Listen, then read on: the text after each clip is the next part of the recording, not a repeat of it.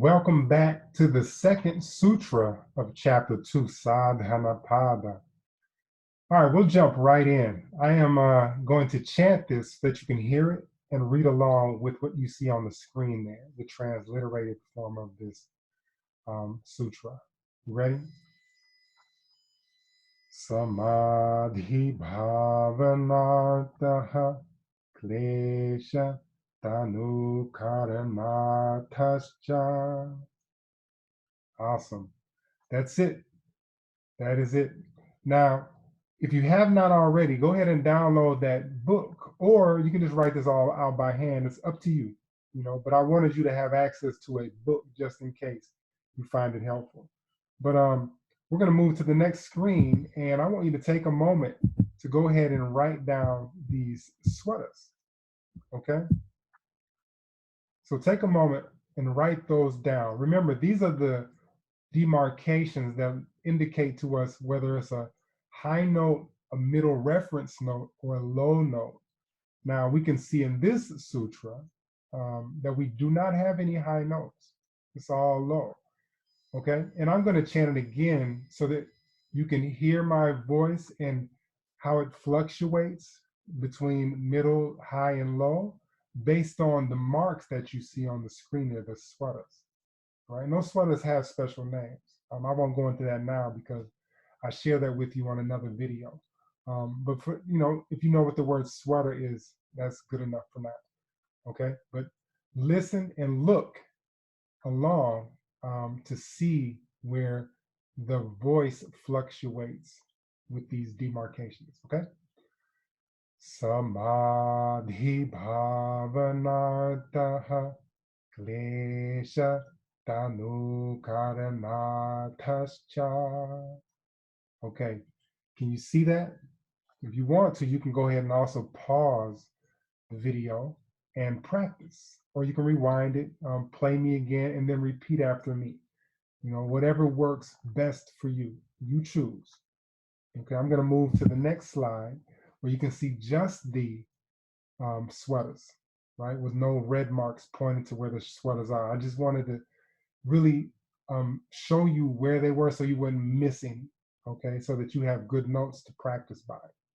Okay, so hopefully you got a chance to write those down. If not, go ahead and pause the recording and write those down in your notes, but then come back. All right, I'm going to go ahead and chant this again so that you can chant back. Pause this, rewind it, listen to it as many times as you need to in order to repeat it. But get your practice in, because eventually we're gonna chant all of these sutras in this chapter, right? One after the next. Are you ready? Okay, but anyway, listen and follow along. Samādhi bhavanartaha klesha tanu karanatascha. All right, let's go into the word for word breakdown so that we can see what this sutra actually means. Remember, the second chapter in Patanjali's Yoga Sutras are talking about what yoga looks like in action. And in the very first sutra, we did introduce Kriya Yoga, which really lays the foundation for the rest of the chapter. Now we're going to start to kind of unpack everything that we talk about. Okay. So this sutra is really asking, okay, what's the point and purpose of Kriya Yoga, right? And it tells us that the purpose is twofold, and we're going to get into that. But Samādhi is oneness, integration, right? If you were a part of the first ChantBack challenge, or if you've been a part of the discussion with me going as we go, you may have heard me describe Samādhi as profound absorption, right, with a lowercase s. Now I do make a distinction. This is personal for me, but I say Samādhi with a lowercase s and Samādhi with a capital S. And Samādhi with a capital S, let me tell it, is profound absorption into perfect wholeness. Samādhi, lowercase s, is just profound absorption or profound meditation, as you can see. One of the interpretations of this word. Okay, so that's samadhi, oneness, right? I mean, you can see in the word oneness, integration, that yoga has everything to do with it, because yoga is about yoking, right, into oneness, wholeness, right? It's just awesome. I'm blown away, man. I mean, like the really, really simple things kind of blow my mind. I'm like, man, really? And they were really into this stuff thousands of years ago. It must be a human thing. Anyway, bhavana. All right, this is our next word.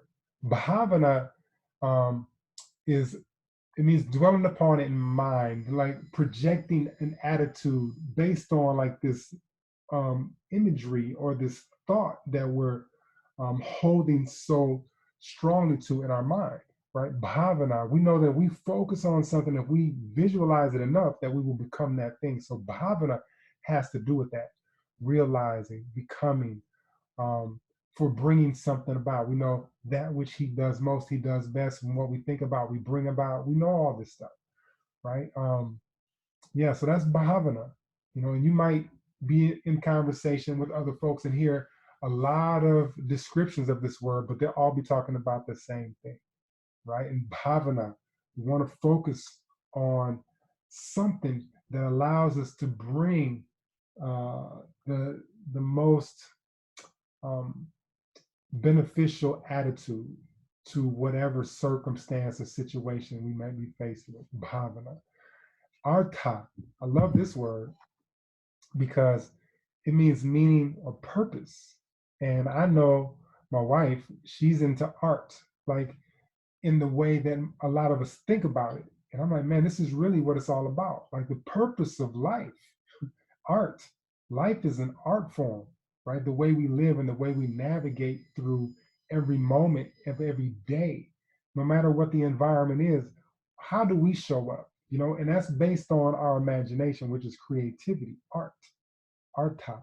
But when I see people spending time to create things like sculptures or to paint paintings or draw pencil sketches of different nature scenes, or the kind of art that my wife does, mixed media art, book art. She's a bookbinder by trade, but she's also a poet.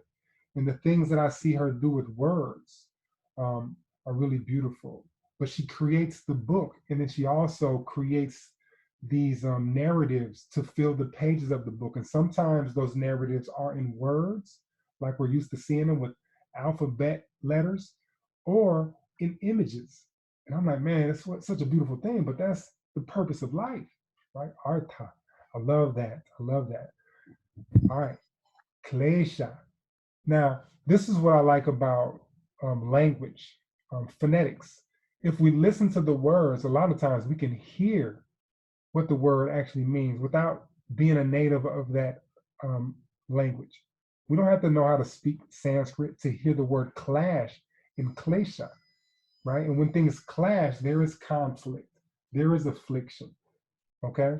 And there's some pain, there's some suffering as a result. So klesha. And we're talking about, well, I'm going to get into that in a second. But tanu, again, we can hear the word, but tanu, it means weak, small, made thin, but tiny. We can hear tiny and tanu if we just listen close enough. It won't be identical. You got to remember that language has evolved over millennia. We're talking about more than millennia. Like we're talking about hundreds of millions of years. We've been around. We've been here for a minute.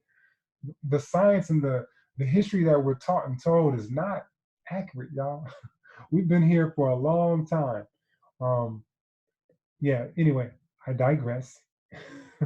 But tanu, it means to make small or tiny or slender, thin, weak, small.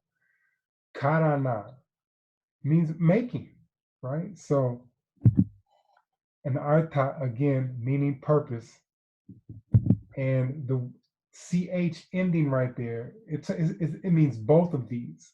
So both of these are accomplished, or both of these are the meaning and purpose of kriya yoga, right? To realize samadhi.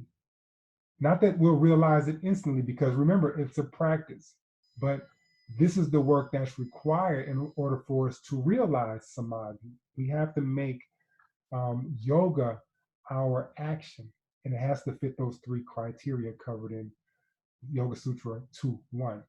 And it also makes the kleshas small until they are not dominant, right? We won't see or feel the suffering because we'll have allowed something else to flourish and blossom in our reality, okay?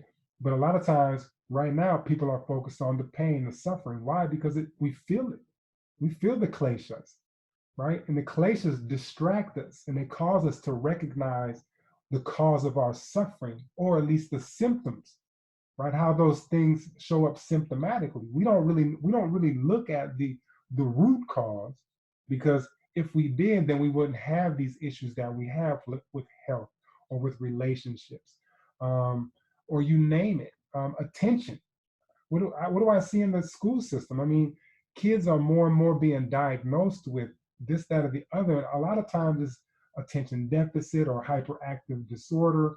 And it doesn't make any sense. And what do? They prescribe them a drug, right? And the drug is toxic and it intoxicates them, which inebriates them, and it takes away their ability to perceive things accurately.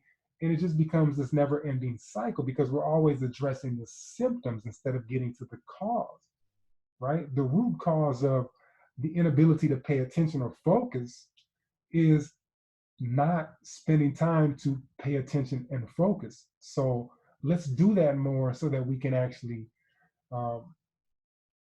suffer less because we'll know what to focus on, not the pain, not the suffering, the solution that's going to help us not have so much pain and not suffer.